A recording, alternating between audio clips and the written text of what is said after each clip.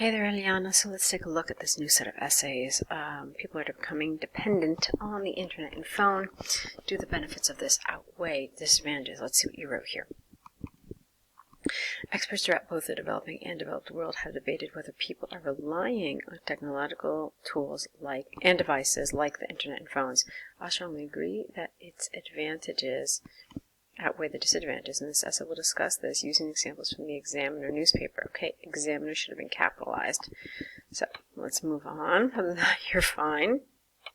Careful here. It's on the one hand. So, on the one hand, there is ample evidence that the frequency of use of the World Wide Web and mobile phones have increased in the modern era due to their benefits to both personal and business life. The central reason behind this is twofold. Firstly, nowadays, people are getting busier with their daily commitments, allowing them to perform activities such as shopping, paying bills, and even place food orders. Secondly, this advancement has allowed companies such as Apple and Amazon, capital A, to continue expanding overseas due to the convenience and reliability that this provides. For example, the Examiner, capital E, newspaper showed that the use of internet for online shopping has grown 79% without the A in the last decade. Therefore, it is conclusively clear that the internet and mobile phones have enormous benefits to individuals if used properly. Okay, now, what you've really done here, Eliana, is you've talked about the benefits of using the internet and mobile phones. What you haven't talked about, really, is the dependence on them. And that's the key word in this essay. What does it mean to become dependent on the internet and the phone? Okay, so this is what you have to define before you begin this essay, and this is what you have to focus on. Now, it's implied in a couple of places, like, for example, it's allowed Apple and Amazon to continue. But, again, you didn't really discuss or mention anywhere that without the internet and mobile phones, these companies cannot exist. Okay? So they are genuinely dependent on these services and on these devices. So that's what I wanted you to focus on a little more, rather than just the benefits of the internet and mobile phones. Okay, it's a little bit of a perspective shift. I mean, it was lovely what you wrote. It really was. But again, you just needed to shift the perspective of what you wrote. Not so much of the benefits of the internet and phones, but towards this idea of dependence on them. In other words, you rely on them and you cannot function without them. You need them. All right? So let's move on. On the other hand, some people, especially younger generations, prefer to spend time surfing the web, playing online games, or texting friends rather than socializing and interacting with others. The negative impact of this cannot be overstated. This is largely because, considerable time spent on devices with internet access causes isolation from society, leading to a lack of social and communication skills. For instance, if parents control the time children spend on the internet and limit the use of mobile phones, they would raise more sociable people for the society. Now, here, again, you talk about the negatives of internet and phone use. You don't talk about the dependence. You needed to kind of include that word or its synonym somewhere here, all right?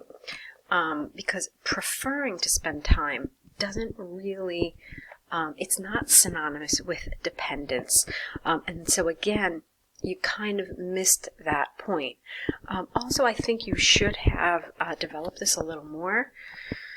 But I think, again, because you didn't really talk about dependence,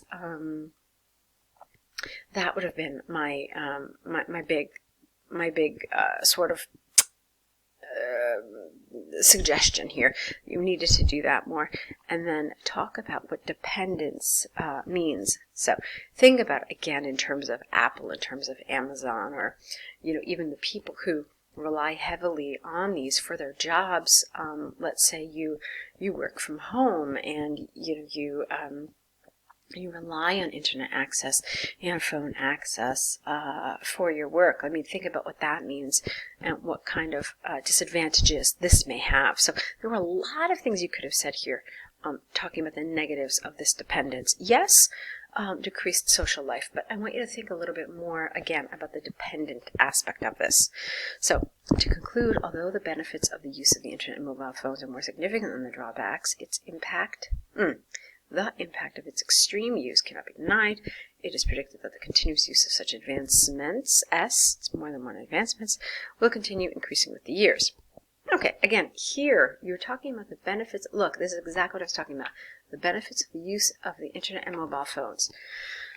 That's, again, I'll say it one last time, even though I'm becoming repetitive, the essay question was actually something a little different. All right? So, let's move on. What else do I want to tell you? Yeah, your grammar was very good. I liked a lot of that. Your structure of this essay was lovely. You had nice cohesive devices. You had some really good grammar here. Like here you had this, conditional statement here. You had some advanced grammar. So all that was very nice. Let's see, expanding overseas is nice. Isolation from society is nice. Trying to see what other vocabulary you have. Yeah, I mean, it was all very nice. It was all very good. All right, so I want you to be careful then about the task achievement. Let's take a look at the school subjects here. All right, this looks tiny. What happened? Hold on. Yeah, it's 100 words. So you're like 1/3 less than what you're supposed to be. I know that this is a really simple task one, but there are ways to kind of flush out a fuller answer. So this is super under length, and I can guarantee you that this would really get a very low task achievement score because of it. All right, it would probably drop your score down like 2 bands. So let's see what you actually said. The pie chart gives information about the popularity of subjects in German school in 2017. Overall, at first glance, it is clear that PE was the most preferred subject, while IT was the least popular. Fine. As illustrated by the pie chart, history represented the largest portion at nearly half, and this figure was very similar for PE, whereas, interestingly, IT was undoubtedly the smallest. Okay, well, hold on a minute. What do you mean, largest portion at nearly half? That's inaccurate. History is not half. History is 22.4%. So, that's strange. And you didn't give me any information here about IT. You really needed to include some data. Tell me the figure for IT, okay? In terms of the remaining subjects, no apostrophe here, comma. Physics and maths, no comma, accounted for nearly 1/5 of popularity. The second least favorite were biology, the second least favorite was biology, which accounted for 7.1%, and this figure was very similar for geography at 6.4. Okay, so, as we said, this is a severely under-length answer, and what I want to do now is talk a little bit about how you could have really stretched this out, really extended this answer so that you could have met the word count minimum. Let's start here. So, as illustrated by the pie chart, history represented the largest portion at 22.4%. Actually, that's not true. History didn't represent the largest portion. It's actually, look at this, PE, which is 22.9%. So let's try that again. So, as illustrated by the pie chart, PE represented the largest portion at nearly 23%. And this figure was followed by history at 0.5% less. These two subjects made up nearly half of the preferences of German school subjects in 2017. Okay, so you can see I really stretched this out to talk a little bit more about this. Let's see. The least popularity, I would probably go there first. The least popularity was exhibited by by IT at 3.7%. This is clearly 7 times less popular than either of the two most popular subjects, PE and history. Okay, so do you see what I did? I did a little math here to show just how dramatic this difference is. All right, the least popular subject is 7 times less popular than either one of these. All right, the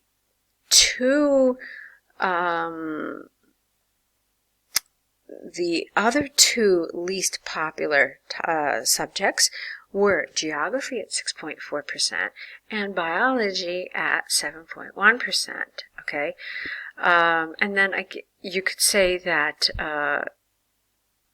clearly the difference between biology and IT is evident, with biology 2 times more popular than IT. All right, so you can do these kinds of mathematical equations to show, just how significant these differences are. All right, and then the remaining 2 subjects, physics and math, each had approximately 19% popularity, or you could say approximately 20% popularity. Physics was popular among 18.1% of students, and math was 1.4% more popular. And then you could have a conclusion here. Now, you don't need a conclusion if you have an overview, but this is one of those answers where you could do that, and it would really kind of wrap everything up together. So, as a conclusion, you could just state something like, so clearly, physical education and history were more popular than the sciences or technological subjects. And then you're done. Okay, and I'm fairly certain that that's an answer that would have gotten more than 150 words. All right, so there's just some ideas about how you could stretch out your answer. All right, so consider these things, and let's see how you revise this, and let's see another set of essays from you. So good luck.